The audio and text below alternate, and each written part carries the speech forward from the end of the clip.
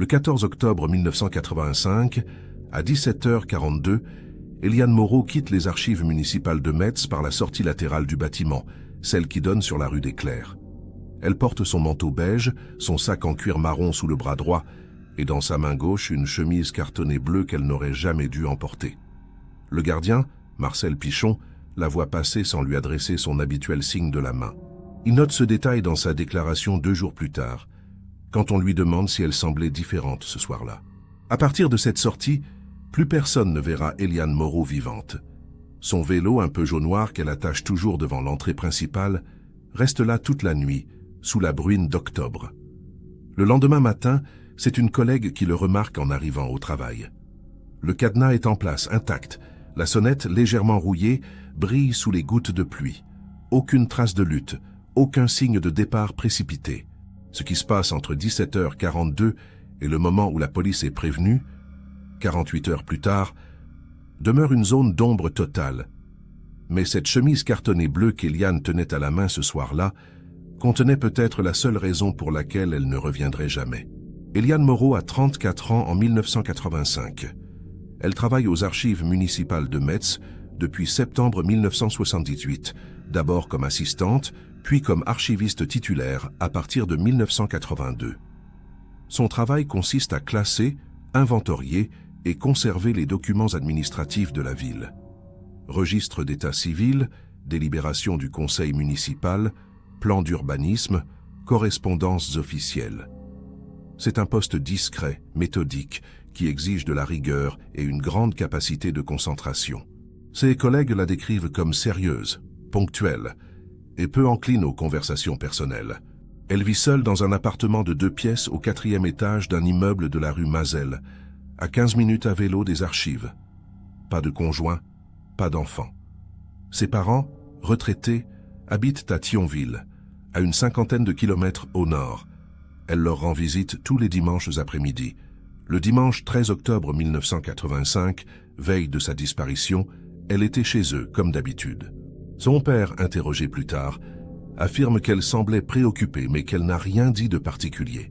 Le lundi 14 octobre, Eliane arrive au bureau à 8h30 précise, comme tous les jours. Elle passe la matinée dans la salle de tri, au sous-sol, à vérifier des registres de propriété datant des années 1920. À midi, elle déjeune seule à son bureau, un sandwich jambon-beurre et une pomme. L'après-midi, elle travaille sur un inventaire de correspondance préfectorale. Vers 16h, elle demande à sa supérieure hiérarchique, Madame Levasseur, l'autorisation de consulter un dossier plus ancien, classé dans les réserves fermées. Ce dossier porte le numéro de référence, 1947 URB 334. Il concerne des transactions immobilières réalisées dans l'immédiat après-guerre, entre 1947 et 1949, dans le quartier de Borny. Madame Levasseur accorde l'autorisation sans poser de questions. Eliane descend aux réserves à 16h20. Elle en remonte à 17h15, la chemise cartonnée bleue sous le bras. 27 minutes plus tard, elle franchit la porte latérale et disparaît dans la rue des Clercs. Merci d'avoir choisi de suivre cette enquête. Si cette histoire vous intrigue, n'hésitez pas à vous abonner à la chaîne, à laisser un like et surtout, dites-nous en commentaire de quelle ville et à quelle heure vous nous regardez. Ces détails nous permettent de mieux comprendre qui s'intéresse aux secrets oubliés de la France. Maintenant, revenons à l'affaire Eliane Moreau. Le mardi 15 octobre au matin, Eliane Moreau ne se présente pas au travail. Ce n'est pas dans ses habitudes. Madame Levasseur essaie de la joindre par téléphone à son domicile. Pas de réponse. Elle appelle à nouveau dans l'après-midi. Toujours rien. Le mercredi 16 octobre, après une nouvelle tentative infructueuse, Madame Levasseur se rend personnellement rue Mazel. Elle sonne à l'interphone. Silence.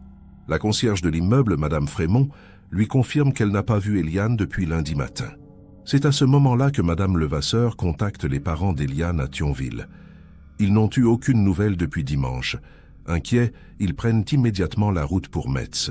En fin d'après-midi, ils se rendent avec Madame Levasseur au commissariat central de Metz pour signaler la disparition.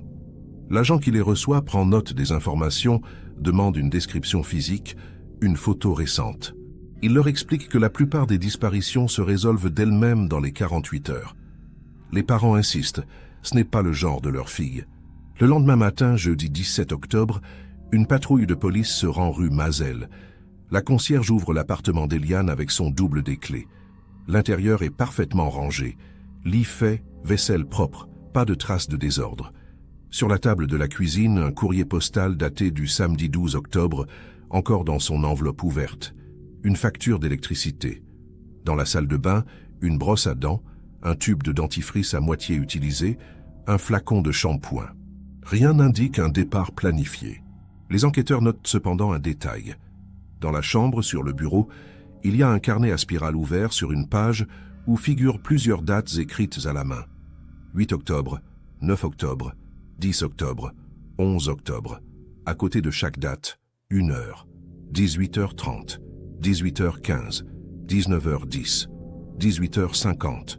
Aucune autre indication, juste des dates et des heures tracées au stylo bleu. Ce carnet est saisi et versé au dossier d'enquête. Personne, à ce stade, ne comprend ce qu'il signifie. Le vendredi 18 octobre, l'enquête s'élargit. Les collègues d'Eliane sont interrogés un par un. Tous confirment qu'elle était discrète, professionnelle, sans histoire. Personne ne lui connaît de relation amoureuse, pas de conflit au travail, aucune difficulté financière apparente. Le gardien, Marcel Pichon, raconte la sortie du lundi soir. Il mentionne qu'Eliane portait une chemise cartonnée bleue. On lui demande si c'était habituel. Il répond que non. Les archivistes ne sont pas censés emporter des documents hors du bâtiment. Madame Levasseur est rappelée au commissariat. On lui demande quel dossier Eliane avait consulté lundi après-midi. Elle fouille dans ses notes et indique la référence 1947 URB 334. Les enquêteurs se rendent aux archives municipales pour examiner ce dossier. Problème. La chemise correspondant à cette référence n'est plus dans les réserves. Elle a disparu en même temps qu'Eliane Moreau. Son contenu exact n'est consigné nulle part de manière détaillée. Seulement une fiche synthétique indiquant qu'il s'agit de transactions immobilières d'après-guerre dans le quartier de Borny. Le samedi 19 octobre, une battue est organisée dans le secteur entre les archives et le domicile d'Eliane. Gendarmes, pompiers et bénévoles ratissent les rives de la Moselle, les parcs, les terrains vagues. Rien. Pas de vêtements, pas de sacs, pas de corps. Le vélo d'Eliane, toujours attaché devant les archives, est examiné par la police scientifique. Aucune empreinte suspecte, aucun indice exploitable. Le cadenas porte uniquement les empreintes d'Eliane. Le guidon, les pédales, la selle, tout est propre, banal, sans histoire. Les parents d'Eliane, effondrés, multiplient les appels aux médias locaux. Le Républicain lorrain publie un article le 21 octobre avec une photo d'Eliane. On y voit une femme aux cheveux châtains coupés courts, aux yeux clairs, au regard sérieux. L'article rappelle les circonstances de la disparition et lance un appel à témoins. Plusieurs personnes contactent la police dans les jours qui suivent. Un homme affirme avoir vu une femme correspondant à la description d'Eliane monter dans une voiture sombre lundi soir, rue des Clercs. Une autre personne prétend l'avoir aperçue à la gare de Metz mardi matin. Aucun de ces témoignages ne peut être vérifié. Le 30 octobre, soit 16 jours après la disparition, l'enquête piétine. Aucune piste sérieuse, aucun élément matériel exploitable. Le procureur de la République ordonne la poursuite des investigations, mais les moyens commencent à se réduire. Les effectifs sont réaffectés à d'autres affaires. Le dossier Moreau reste ouvert, mais l'activité policière autour de lui ralentit considérablement. Les parents, désespérés, engagent un détective privé en novembre. Il mène ses propres recherches pendant 3 semaines, interroge les mêmes témoins, fouille les mêmes endroits. Il ne trouve rien de plus. En décembre 1985, le dossier est transmis à la brigade criminelle de Nancy pour un réexamen à froid. Les enquêteurs nancéens étudient tous les éléments disponibles. Ils reviennent sur le carnet à spirale trouvé chez Eliane, celui avec les dates et les heures. Ils émettent l'hypothèse qu'il pourrait s'agir d'un relevé de surveillance, mais surveillance de quoi ou de qui? Aucune autre annotation ne permet de le déterminer. Le dossier 1947 URB 334 demeure introuvable. Eliane l'a-t-elle emporté? L'a-t-elle détruit? L'a-t-on volé? Le 14 janvier 1986, faute d'éléments nouveaux, le procureur classe l'affaire sans suite. La conclusion officielle est celle d'un départ volontaire. Les parents d'Eliane contestent violemment cette décision. Ils saisissent le juge d'instruction, demandent la réouverture de l'enquête, écrivent au ministre de l'Intérieur. Rien n'y fait. Le dossier est archivé dans les locaux du tribunal de grande instance de Metz, rangé dans une armoire métallique grise, entre des centaines d'autres dossiers classés. L'affaire Eliane Moreau tombe dans l'oubli administratif et médiatique. Pendant 29 ans, personne ne rouvre le dossier. Les parents d'Eliane décèdent tous les deux au début des années 2000, sans avoir obtenu de réponse. Madame Levasseur prend sa retraite en 1995. Marcel Pichon, le gardien, part en 1998. Les collègues d'Eliane changent de poste, quittent Metz, oublient progressivement cette histoire. Les archives municipales continuent leur travail de classement et de conservation, indifférentes au mystère qui les a traversés 30 ans plus tôt. Le nom d'Eliane Moreau ne figure plus nulle part, sauf dans les registres du personnel et dans ce dossier judiciaire scellé. En septembre 2014, la ville de Metz lance une grande opération de modernisation de ses services d'archives. Les locaux doivent être rénovés, informatisés, réorganisés selon les nouvelles normes européennes. Cela implique un tri massif des documents stockés depuis des décennies. Des milliers de cartons, de registres, de chemises cartonnées doivent être examinés, numérisés ou détruits. C'est un chantier colossal qui mobilise une dizaine de personnes pendant plusieurs mois. Parmi elles, un jeune contractuel de 26 ans, Julien Marchand, embauché spécialement pour cette mission. Julien travaille dans les sous-sols des archives, là où sont entreposés les documents les plus anciens.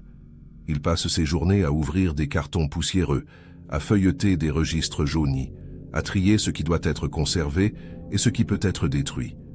C'est un travail répétitif, monotone, mais Julien aime l'odeur du papier ancien et la sensation de toucher des fragments d'histoire locale. Un matin de novembre 2014, il tombe sur un carton étiqueté « Urbanisme 1940-1950 d'hiver ». Il ouvre le carton. À l'intérieur, une trentaine de registres empilés, la plupart consacrés aux autorisations de construire délivrées après la guerre.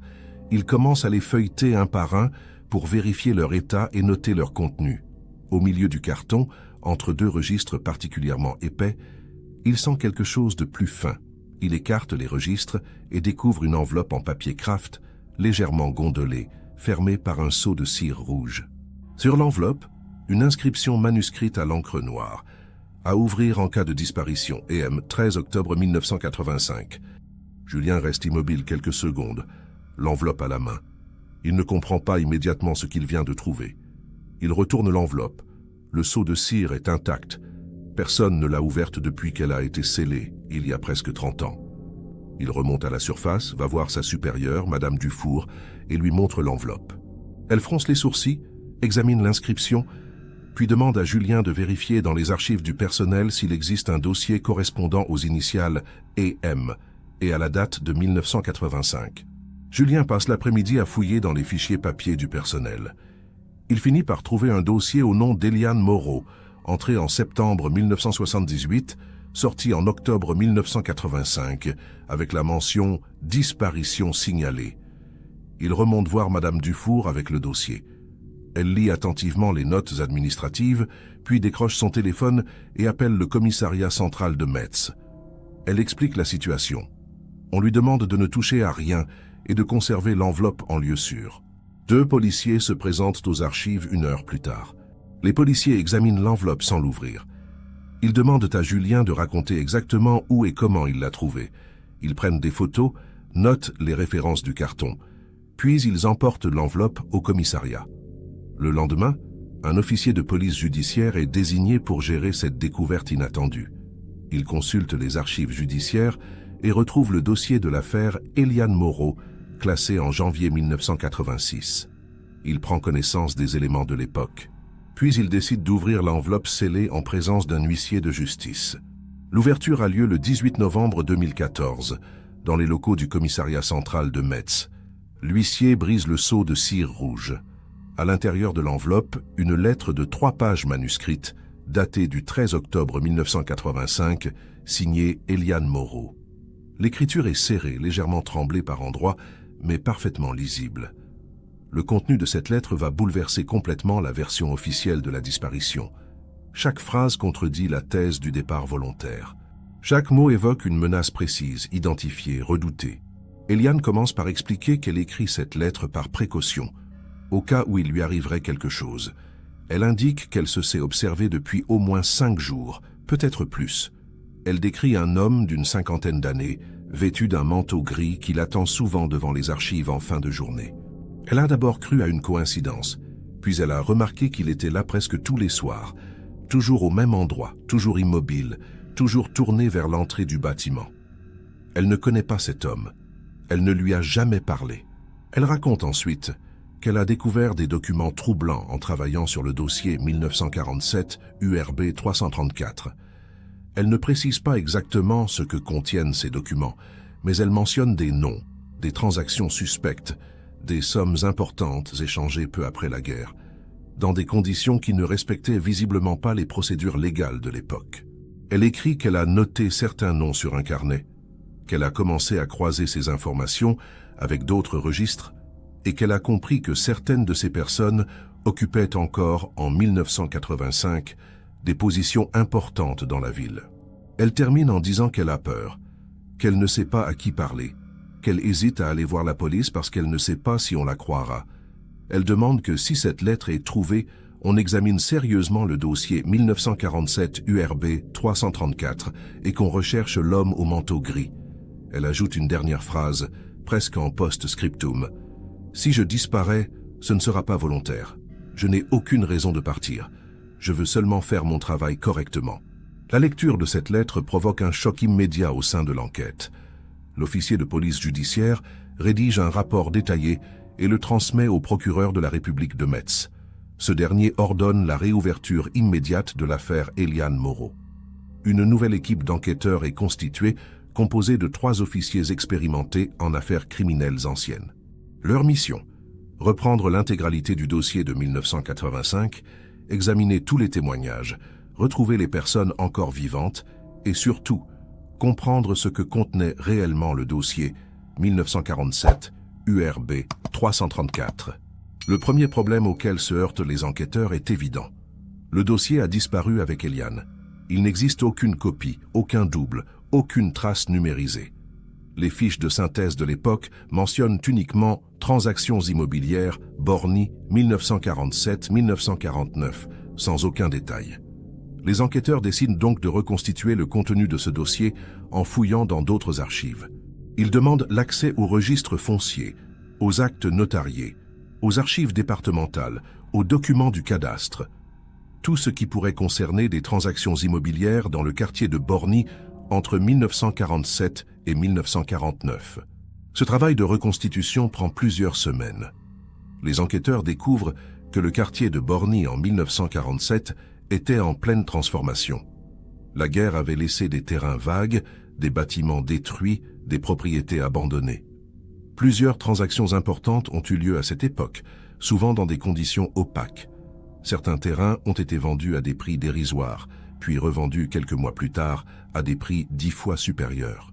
D'autres ont changé de main sans que les propriétaires légitimes, parfois disparus pendant la guerre, aient pu donner leur accord.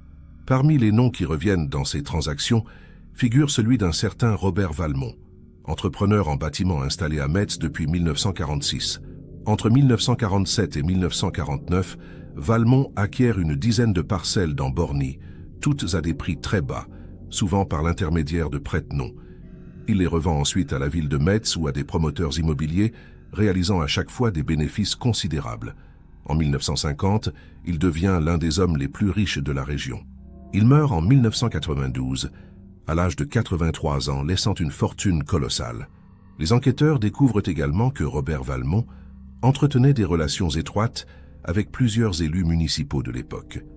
Son nom apparaît dans des correspondances officielles, dans des procès-verbaux de délibération, dans des registres de dons aux œuvres de la ville.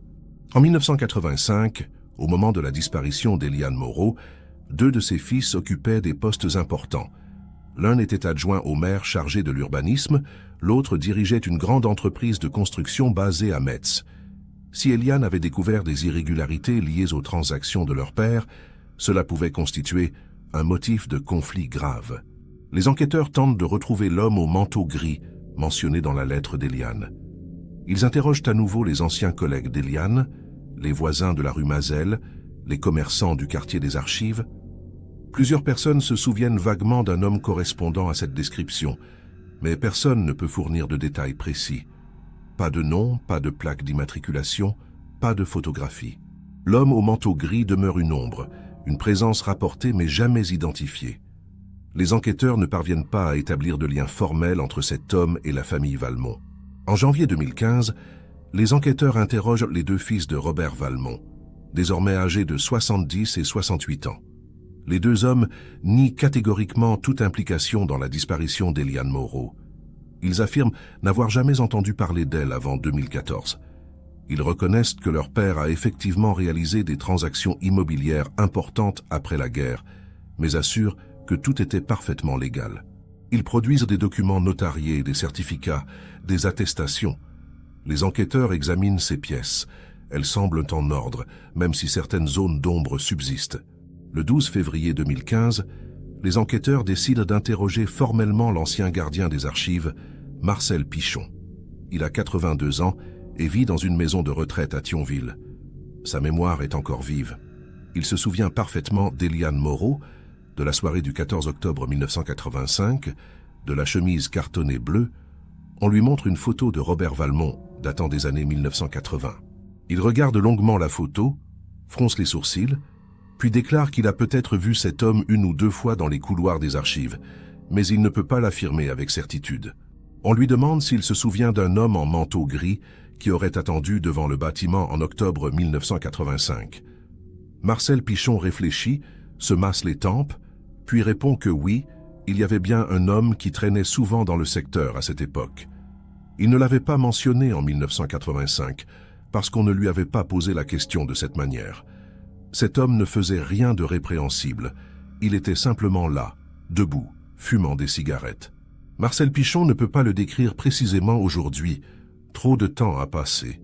Le 20 février 2015, le procureur de la République convoque une conférence de presse pour annoncer officiellement la réouverture de l'affaire Eliane Moreau. Il présente les grandes lignes de la lettre découverte en novembre 2014 sans révéler les noms mentionnés dans l'enquête. Il lance un appel à témoins national, diffusé dans tous les médias lorrains et repris par plusieurs chaînes nationales. Plusieurs dizaines de personnes contactent la police dans les jours qui suivent. La plupart des témoignages sont inutilisables. Quelques-uns apportent des éléments intéressants, mais aucun ne permet d'identifier formellement l'homme au manteau gris. En mars 2015, les enquêteurs décident de fouiller une dernière fois le domicile d'Eliane Moreau, rue Mazel. L'appartement a été reloué plusieurs fois depuis 1985, mais les enquêteurs espèrent trouver quelque chose dans les parties communes de l'immeuble, dans les caves, dans les greniers. Ils passent 2 jours à inspecter chaque recoin. Dans une cave attribuée à l'appartement d'Eliane, ils découvrent une vieille valise en carton bouilli, recouverte de poussière. À l'intérieur des vêtements, des livres, et au fond, sous une pile de magazines, un autre carnet à spirale. Ce carnet contient des notes manuscrites, des noms, des dates, des sommes d'argent. C'est le carnet qu'Eliane avait utilisé pour consigner les informations trouvées dans le dossier 1947 URB 334. Le carnet découvert dans la cave de la rue Mazel est immédiatement saisi et transmis au laboratoire de police scientifique de Nancy. Les experts confirment que l'écriture correspond bien à celle d'Eliane Moreau. Le carnet contient une quinzaine de pages remplies de notes prises entre septembre et octobre 1985. On y trouve des noms, des références cadastrales, des montants de transactions, des dates précises. Eliane avait visiblement commencé à reconstituer l'historique complet des acquisitions immobilières réalisées par Robert Valmont entre 1947 et 1949. Parmi les noms notés par Eliane figurent ceux de plusieurs intermédiaires, notaires et responsables municipaux de l'époque. Certains de ces noms sont soulignés, d'autres entourés de points d'interrogation. Eliane avait également inscrit des questions en marge. Propriétaire réel? Autorisation préfectorale? Pourquoi ce prix? Elle avait clairement identifié des irrégularités graves. Les enquêteurs croisent ces informations avec les archives départementales et constatent que plusieurs transactions mentionnées dans le carnet n'ont jamais fait l'objet de déclarations fiscales complètes. Le 15 mars 2015, les enquêteurs convoquent à nouveau les 2 fils de Robert Valmont. Cette fois, ils leur présentent les notes d'Eliane. Les 2 hommes restent silencieux pendant plusieurs minutes. Puis l'aîné, Jean-Pierre Valmont, demande à parler en présence de son avocat. L'entretien est suspendu, Les deux frères quittent le commissariat sans faire de déclaration. Leur avocat, Maître Durand, publie un communiqué le lendemain, affirmant que ses clients n'ont rien à se reprocher et qu'ils coopéreront pleinement avec la justice. Les enquêteurs décident alors de se concentrer sur l'entourage de Robert Valmont en 1985. Ils recherchent d'anciens employés de son entreprise, des personnes qui auraient pu être en contact avec lui à l'époque. La plupart sont décédés ou introuvables. Ils finissent par localiser un ancien chef de chantier, Georges Lemaire, âgé de 76 ans, qui a travaillé pour Valmont entre 1978 et 1990. Georges Lemaire accepte de rencontrer les enquêteurs chez lui, à Metz, le 22 mars 2015. Georges Lemaire raconte qu'il connaissait bien Robert Valmont, un homme autoritaire, exigeant, obsédé par le secret de ses affaires. Il se souvient qu'en octobre 1985, Valmont était très préoccupé. Il avait reçu un coup de téléphone qui l'avait mis dans une colère noire. Quelques jours plus tard, il avait demandé à Georges de surveiller discrètement une personne. Georges ne savait pas de qui il s'agissait. Valmont lui avait simplement donné une adresse, les archives municipales de Metz. Georges devait noter les horaires de sortie, observer les allées et venues et rapporter tout comportement inhabituel. Georges Lemaire affirme qu'il a effectué cette surveillance pendant une semaine, du 8 au 14 octobre 1985. Il se postait devant les archives en fin d'après-midi, portant un manteau gris que Valmont lui avait prêté pour qu'il passe inaperçu. Il notait les heures de sortie, les personnes qui quittèrent le bâtiment. Le lundi 14 octobre, il a vu une femme sortir par la porte latérale, tenant une chemise cartonnée bleue. Il a immédiatement appelé Valmont depuis une cabine téléphonique. Valmont lui a ordonné de rentrer chez lui et de ne plus jamais parler de cette surveillance à personne. Georges a obéi. Les enquêteurs demandent à Georges pourquoi il n'a rien dit en 1985.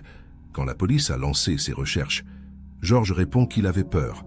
Robert Valmont était un homme puissant, capable de détruire une carrière d'un coup de téléphone. Georges avait une famille à nourrir, un crédit immobilier à rembourser. Il a préféré se taire. Pendant 30 ans, il a vécu avec ce poids. Aujourd'hui, Valmont est mort. Georges est à la retraite. Il n'a plus rien à perdre. Il accepte de signer une déclaration officielle et de témoigner devant un juge si nécessaire. Cette déclaration constitue le premier lien direct entre Robert Valmont et la surveillance d'Eliane Moreau.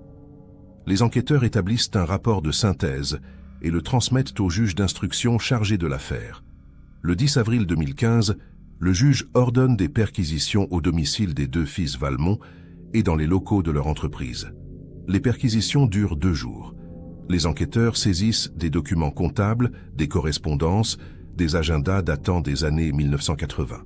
Ils découvrent également dans le bureau de Jean-Pierre Valmont une chemise cartonnée bleue portant la référence 1947 URB 334. La chemise est vide. Il n'y a plus aucun document à l'intérieur, mais sa simple présence prouve qu'elle a bien été sortie des archives municipales et qu'elle est restée en possession de la famille Valmont pendant près de 30 ans. Les enquêteurs interrogent Jean-Pierre Valmont sur cette découverte. Il refuse de répondre et invoque son droit au silence. Son frère fait de même. Leur avocat demande un délai pour préparer leur défense. Le juge refuse. Les 2 hommes sont placés en garde à vue le 15 avril 2015, puis mis en examen pour recel de documents publics et entrave à la justice. Le 20 avril 2015, sous la pression de l'enquête et des preuves accumulées, Jean-Pierre Valmont accepte finalement de parler. Il reconnaît que son père, Robert Valmont, avait effectivement appris qu'une archiviste s'intéressait de trop près à ses anciennes transactions. Il confirme que son père avait fait surveiller Eliane Moreau. Il admet que le soir du 14 octobre 1985, son père lui a demandé de récupérer une chemise cartonnée bleue que cet archiviste avait emportée. Jean-Pierre affirme qu'il ignorait ce que contenait cette chemise, qu'il a simplement obéi à son père. Il raconte qu'il s'est rendu rue des Clercs en voiture ce soir-là, qu'il a attendu Eliane Moreau à sa sortie des archives, qu'il l'a abordée calmement, qu'il lui a demandé de lui remettre la chemise. Eliane a refusé. Jean-Pierre a insisté. Eliane a commencé à s'éloigner. Jean-Pierre l'a suivi. Ils ont marché jusqu'à un terrain vague près de la Moselle. Là, selon Jean-Pierre, une altercation a éclaté. Eliane a tenté de fuir. Jean-Pierre l'a rattrapée. Il affirme qu'il voulait seulement récupérer les documents, pas lui faire de mal. Mais Eliane est tombée en se débattant. Elle s'est cognée la tête contre une pierre. Elle ne s'est pas relevée. Le récit de Jean-Pierre Valmont est consigné mot pour mot dans le procès-verbal d'interrogatoire. Les enquêteurs écoutent sans l'interrompre. Jean-Pierre raconte qu'après la chute d'Éliane, il a paniqué. Il s'est approché d'elle, a vérifié son pouls. Elle ne respirait plus. Il a pris la chemise cartonnée bleue qu'elle tenait encore dans sa main, est remonté dans sa voiture et a quitté les lieux. Il est rentré chez son père, lui a remis la chemise. Robert Valmont a examiné les documents, puis les a brûlés dans la cheminée du salon. Il a ordonné à Jean-Pierre de ne jamais parler de cette soirée à personne. Jean-Pierre affirme qu'il n'a pas tué Éliane volontairement. C'était un accident. Il a simplement voulu récupérer des documents qui mettaient en danger la réputation de sa famille.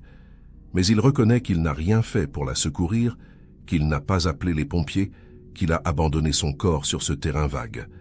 Les enquêteurs lui demandent ce qu'il a fait du corps.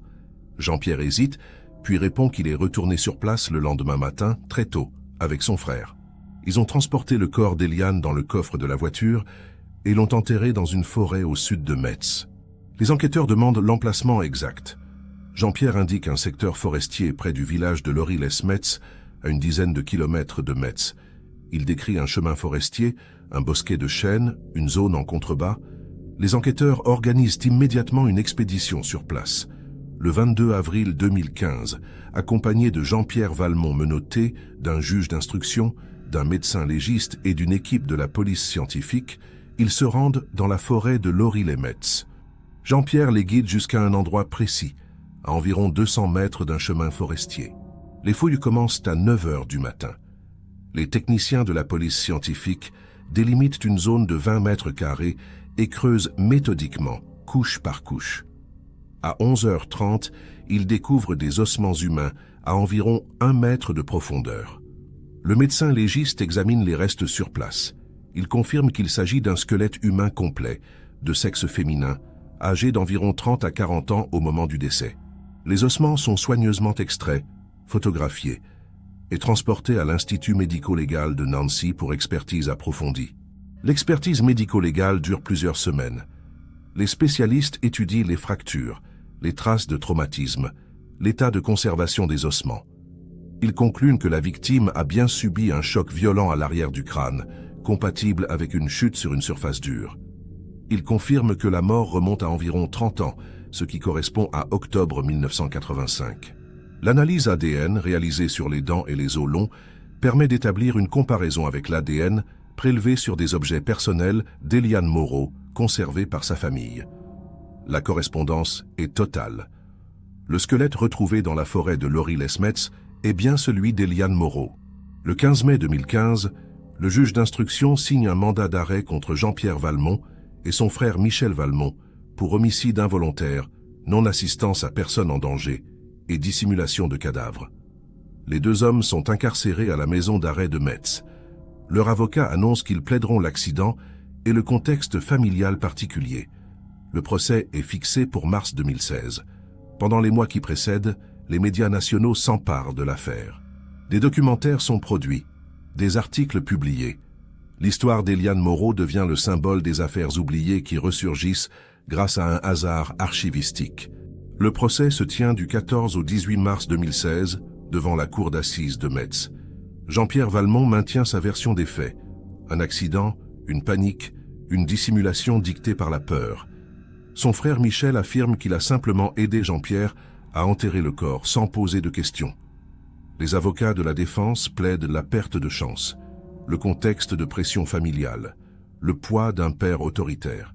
L'avocat général réplique en rappelant qu'Éliane Moreau était une femme intègre, qui faisait simplement son travail, et que les frères Valmont ont détruit sa vie pour protéger une fortune bâtie sur des malversations. Le 18 mars 2016, après 3 heures de délibération, la Cour rend son verdict. Jean-Pierre Valmont est reconnu coupable d'homicide involontaire aggravé et de dissimulation de cadavres. Il est condamné à 12 ans de réclusion criminelle. Michel Valmont est reconnu coupable de complicité de dissimulation de cadavres. Il est condamné à 6 ans de prison ferme. Les deux hommes font appel. L'appel est rejeté en novembre 2016. Les peines sont confirmées. Jean-Pierre Valmont purge actuellement sa peine à la maison centrale de Nancy. Michel Valmont a été libéré en avril 2022 après avoir purgé sa peine intégrale. Le corps d'Eliane Moreau a été restitué à sa famille au printemps 2015. Elle a été inhumée au cimetière de l'Est à Metz, dans le caveau familial, aux côtés de ses parents. Une stèle porte son nom, ses dates de naissance et de décès, et une simple inscription « Archiviste municipal, disparu le 14 octobre 1985, retrouvé le 22 avril 2015 ». Chaque année, le 14 octobre, des collègues des archives municipales déposent des fleurs sur sa tombe. La ville de Metz a baptisé une salle de lecture des archives, salle Eliane Moreau en 2017, en hommage à son intégrité professionnelle. La chemise cartonnée bleue portant la référence 1947, URB 334, n'a jamais été retrouvée. Les documents qu'elle contenait ont été détruits par Robert Valmont en octobre 1985. Aucun double n'existe. Les transactions immobilières réalisées par Valmont entre 1947 et 1949 n'ont jamais fait l'objet d'une enquête fiscale ou judiciaire complète. Les héritiers de Robert Valmont conservent leur fortune. L'entreprise familiale continue de fonctionner, sous un autre nom. Les irrégularités découvertes par Eliane Moreau sont demeurées sans conséquences juridiques, faute de preuves matérielles. En 2018, un journaliste du Républicain lorrain a tenté de reconstituer le contenu du dossier 1947 URB 334 en fouillant dans les archives départementales et notariales. Il a publié une série d'articles détaillant les transactions suspectes de Robert Valmont, les prêts non utilisés, les montants sous-évalués, les autorisations obtenues dans des conditions opaques. Ces articles ont suscité un débat local, mais aucune action judiciaire n'a été engagée. Les faits étaient prescrits depuis longtemps. L'histoire d'Eliane Moreau est devenue une référence dans les formations des archivistes français, un rappel des risques que peut comporter la découverte de secrets enfouis. 39 ans après sa disparition, Eliane Moreau a enfin obtenu une forme de justice. Ses assassins ont été condamnés. Son corps a été retrouvé et inhumé dignement. Mais les raisons profondes de sa mort, les secrets qu'elle avait découverts, les noms qu'elle avait notés dans son carnet, tout cela demeure partiellement dans l'ombre. La lettre scellée qu'elle avait cachée entre deux registres a permis de rouvrir l'enquête, mais elle n'a pas suffi à révéler l'ampleur complète des malversations qu'elle avait identifiées. Aujourd'hui, les archives municipales de Metz continuent leur travail méticuleux de conservation et de classement. Les employés qui trient les vieux cartons savent qu'ils peuvent tomber à tout moment sur un document oublié, une enveloppe scellée, un témoignage enfoui. Chaque fois qu'un carton étiqueté Urbanisme 1940-1950 est ouvert, quelqu'un pense à Eliane Moreau. Son histoire rappelle que derrière chaque dossier administratif, chaque transaction immobilière, chaque registre municipal, se cachent parfois des vies, des mensonges, des crimes. Et que la vérité, même enterrée pendant des décennies, finit toujours par remonter à la surface. Reste une question sans réponse. Combien d'autres Eliane Moreau ont disparu en France au fil des décennies, emportant avec elles des secrets que personne n'a jamais retrouvés? Combien de lettres scellées dorment encore dans des cartons poussiéreux, attendant qu'une main distraite les découvre par hasard? L'affaire Eliane Moreau ne s'est pas terminée avec le procès de 2016. Elle continue de résonner dans les couloirs silencieux des archives, dans les sous-sols humides où s'accumulent les traces du passé. Elle rappelle que certains secrets ne disparaissent jamais complètement. Ils attendent simplement le bon moment pour revenir hanter les vivants.